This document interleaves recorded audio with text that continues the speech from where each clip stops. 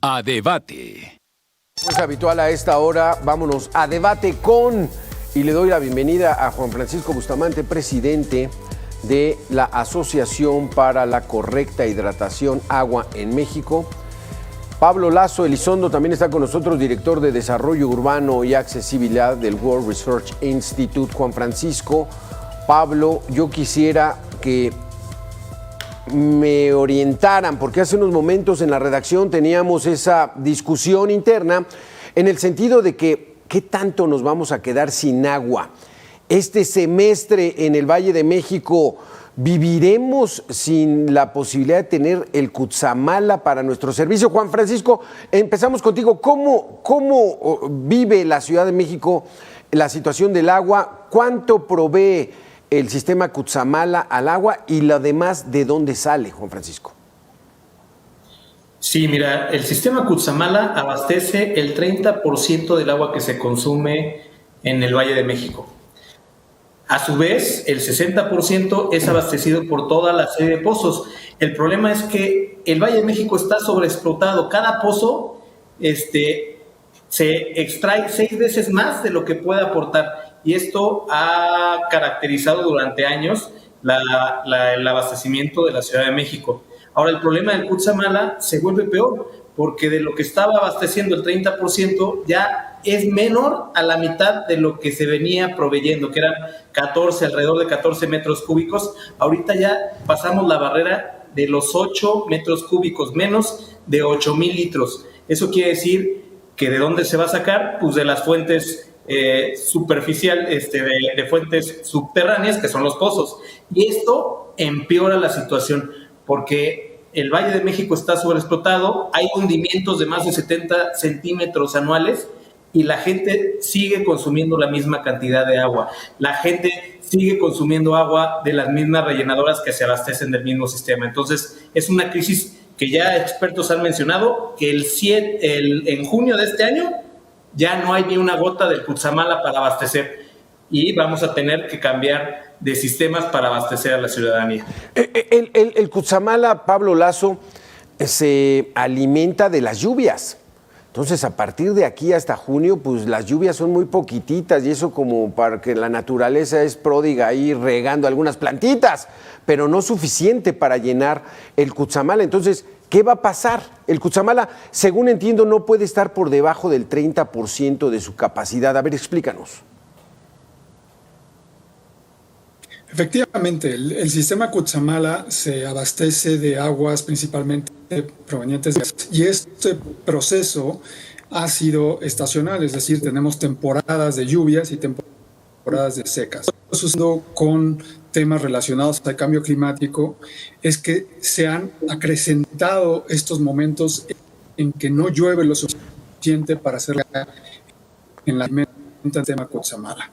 Como se ha indicado desde el año pasado, el sistema está muy por debajo de lo que en promedio debería de estar para estas al año, justamente para satisfacer esa demanda del 30% del agua del Valle de México. Entonces, lo que ahora tenemos es una situación demasiado crítica, yo diría que en un punto casi de no dar retorno, en que el sistema no va a poder dotar de agua en la medida en que se está previendo al Valle de México por su bajo nivel que tiene actualmente.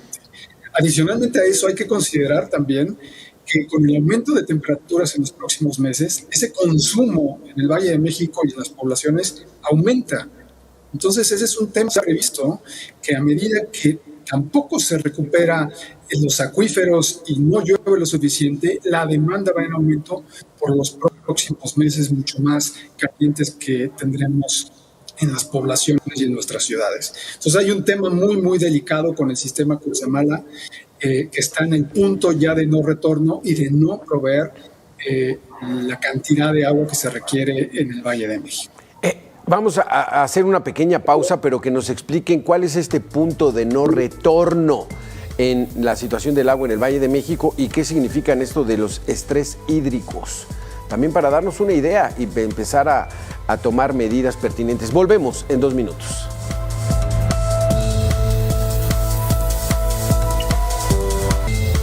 Gracias, Pablo. Gracias, Juan Francisco. Entonces, ¿qué es esto de estrés hídrico, Juan Francisco?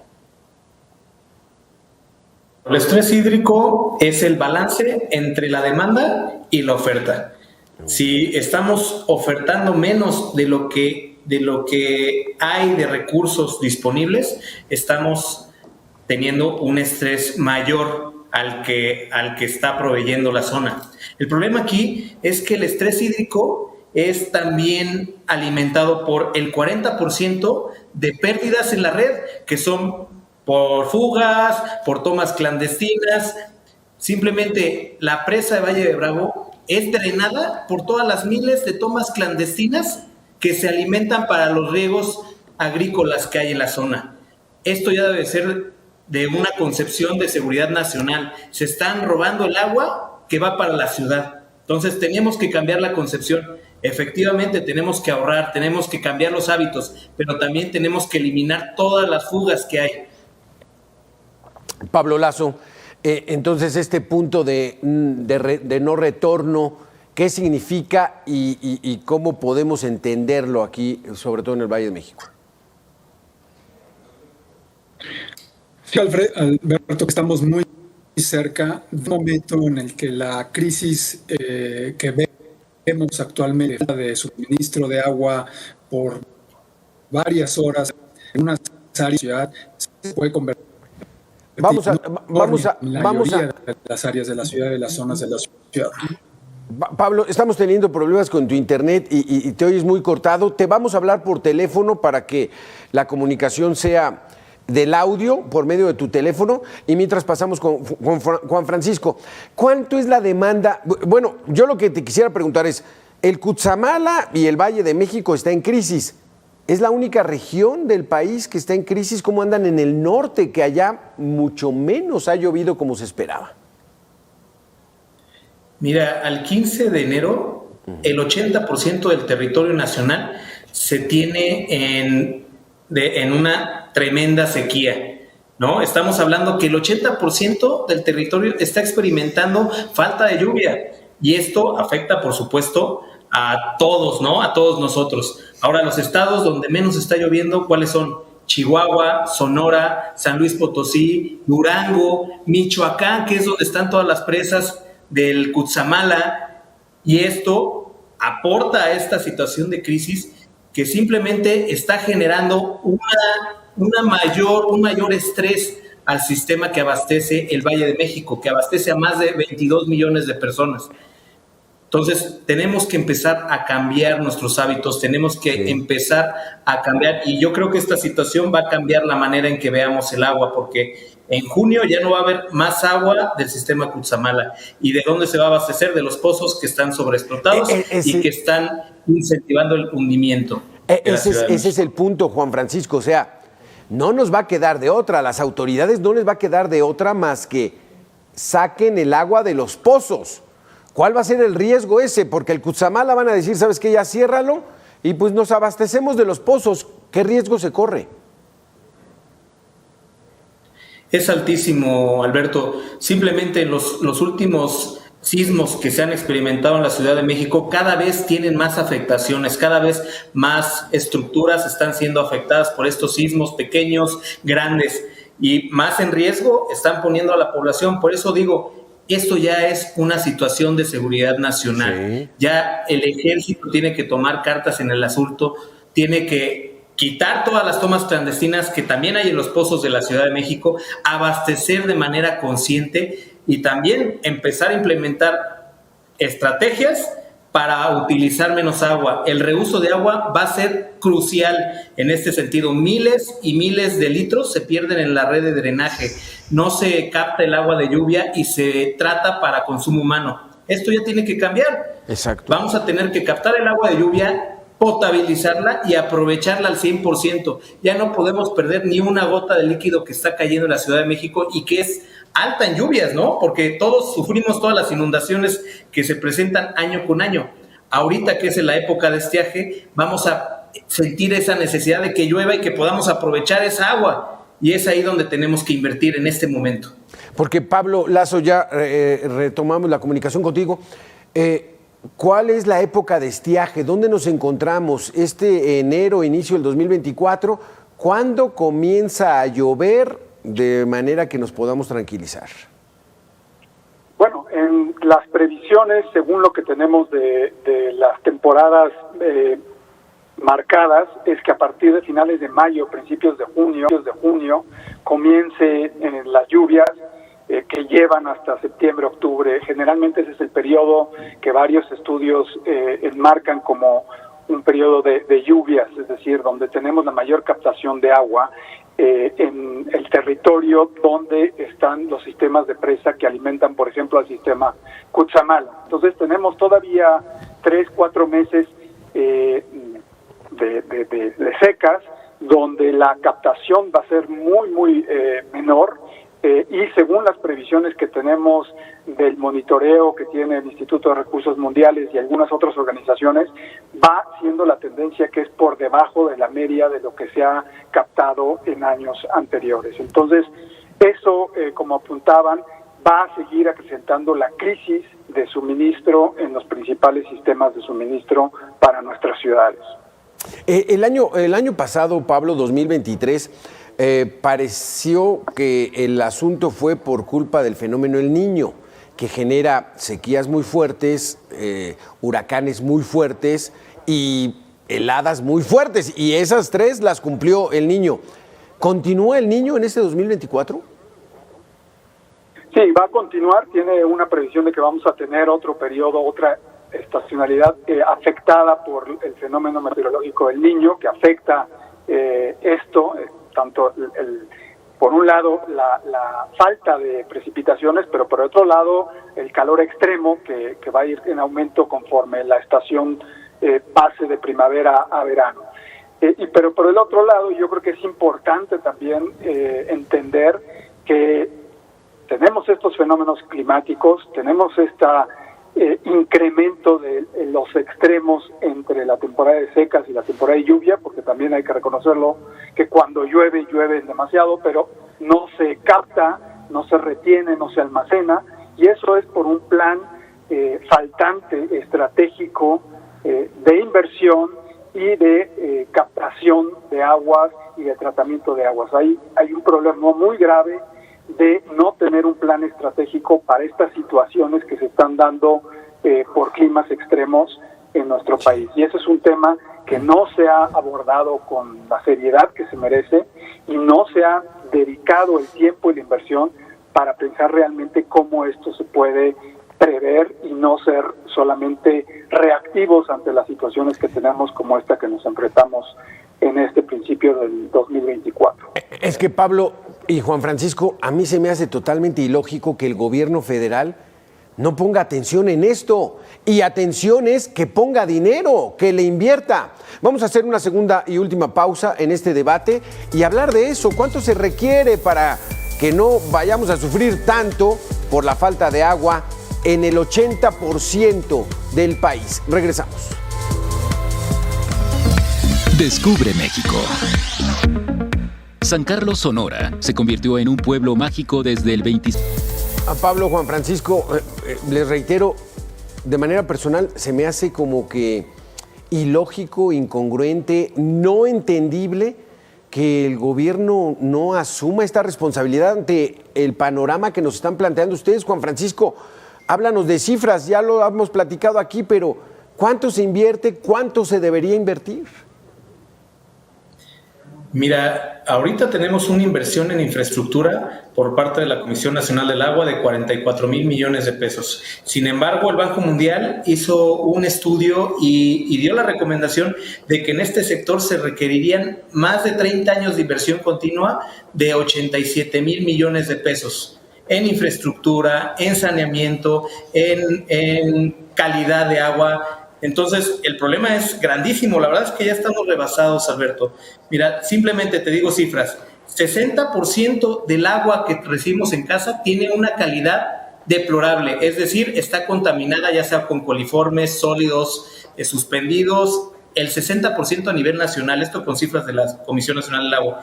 Se trata menos del 40% del agua residual, el agua que es necesaria que se puede utilizar en procesos industriales, en la agricultura, en fin, el agua de la agricultura se desperdicia a borbotones.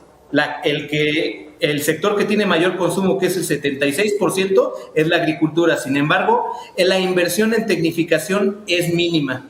Es decir, ya nos alcanzó el olvido en el sector hídrico y es ahora donde tenemos que reaccionar y darle la vuelta a esto porque ya es crítico.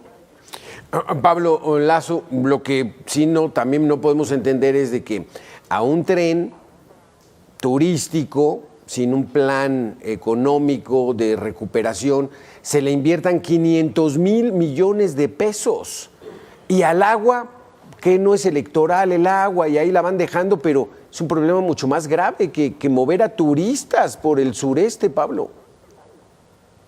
Es una miopía política muy, muy grande y una falta de visión a largo plazo sobre los problemas que pueden venir si no se atienden y no se invierte en el tema de infraestructura hídrica. El dato que mencionaban del Banco Mundial es un estimado, y es un estimado quizás que se queda bajo en la inversión necesaria anual para poder dotar de agua potable a la población y a los otros sistemas económicos que requieren de este líquido vital. Pero también hay que entender que esta falta de inversión se ha dado por más de 2 décadas, es decir, nada más del 2022 al 2023, la Conagua tuvo una reducción de presupuestaria de más del 30%, que fue destinada, entre otras cosas, a estas obras de infraestructura, como mencionas, del tren en el sureste. Entonces yo creo que ahí hay un tema muy, muy grave de visión política a largo plazo, que lamentablemente este 2024 vamos a tener graves crisis socioeconómicas por el tema de acceso a agua y que desafortunadamente no se van a poder solucionar en el corto plazo. Juan Francisco, pues bueno, aquí la mayor responsabilidad, de acuerdo a lo que nos han dicho ustedes, pues recae en la autoridad, en el gobierno, en esa entidad que maneja el dinero de todos los mexicanos. Porque, pues bueno, a lo mejor pudiéramos ahorrar y los ciudadanos tener ciertos hábitos nuevos, pero ¿es suficiente eso? No, definitivamente no es suficiente. Es un tema de corresponsabilidad, Alberto. Tenemos que tener la conciencia del uso del agua, del uso que le damos, pero también tenemos que exigir que las autoridades doten de los servicios de agua, drenaje y saneamiento a toda la población, que no desperdicien agua, que reparen todas las fugas. Tenemos que reportarlas, pero también tenemos que exigir repárenlas porque nosotros estamos pagando las consecuencias de ese olvido que se ha venido, bien dice el doctor, durante más de 2 décadas hay un olvido. Entonces tenemos que volver a ser conscientes y tenemos que ser corresponsables porque vamos a vivir las consecuencias y ya las estamos viviendo, Alberto. Exactamente. Pablo Lazo, ¿qué hacemos? O sea, ¿qué hace la sociedad? ¿Qué hacemos todos que consumimos el agua y si no la consumimos nos morimos, Pablo? Claro, yo pensaría, y esto es lo que llevamos desde el Instituto varios años proponiendo a través de investigación en política pública. Por un lado es crear conciencia y una serie de cambios de comportamiento a nivel individual. Y esto, como ya lo mencionaban ahora, requiere de una concientización muy, muy fuerte por parte de la población de cuidar y cambiar algunos hábitos diarios para poder reducir el consumo y, por otro lado, pensar que se tiene que valorar mucho más este líquido vital. El segundo punto es el tema del pago por el servicio, y esto es algo muy, muy grave que también trae más de una década de atraso, en que el pago por el servicio de agua en las grandes ciudades de México está muy subsidiado. Es decir, cuando las compañías operadoras de estos servicios quieren realmente hacer inversiones, no tienen la capacidad económica para hacerlo porque no tienen los ingresos suficientes. Y esta falta de entendimiento de que el costo del agua que recibimos en nuestras casas es mucho mayor de lo que realmente se paga en la tarifa, esto le hace mucho, mucho mal a todo el sistema de inversión de este sector. Entonces eso también, esa concientización a nivel de la población tiene que cambiar y tiene que valorarse, aunado a lo que ya se comentaba por parte del sector público, que es justamente tener esta visión estratégica a largo plazo para poder prever estas situaciones extremas generadas por el cambio climático hasta cierto punto. ¿Cuánto pagamos, Juan Francisco, por el agua en una casa, habitación aquí en el Valle de México? ¿Y cuánto cobran en otros países? Si el agua es mucho más cara en otros países, platícanos. Mira, definitivamente es una diferencia abismal. En el Valle de México van desde los 40 pesos en las zonas rurales, en las zonas de pocos recursos, y están hasta el metro cúbico, hasta 300, 400 pesos en las zonas de altos recursos, ¿no? En bosques, en el Pedregal. El problema no solamente es esto, sino que el agua que me entregan no es de calidad. Y si comparamos con los servicios de otros países, es deplorable. Sinceramente, ahí podemos decir, por ejemplo, podemos comparar con Japón, Alemania, incluso con ciertas zonas de Estados Unidos, pagan hasta 10 veces lo que estamos pagando nosotros. Pero el agua es de calidad, el agua la podemos tomar en nuestro grifo, nunca va a faltar el agua, siempre hay presión suficiente. Y esto se refleja también en la calidad de vida. Entonces, aquí hacemos como que la pagamos, pero pues también hacen como que nos entregan agua, ¿no? Híjole, qué terrible. Pablo Lazo, tu último comentario con relación a esto. ¿Cómo están otros países? O sea, Japón es un archipiélago rodeado de agua salada. ¿Cómo le hacen para tener agua? ¿Cómo la cobren? En fin, hay ejemplos que pudiéramos seguir, Pablo. Por supuesto que hay ejemplos. Japón, por ejemplo, reutiliza casi el 85% de su agua, es decir, el agua tratada llega al 85% del volumen total que se consume, y eso ayuda a reducir la extracción de los pozos o al uso de las presas y de las grandes captaciones estacionales que se realizan. Israel, que es el país, ¿no?, que se menciona como ejemplo siempre, reutiliza arriba del 95% del agua que se consume.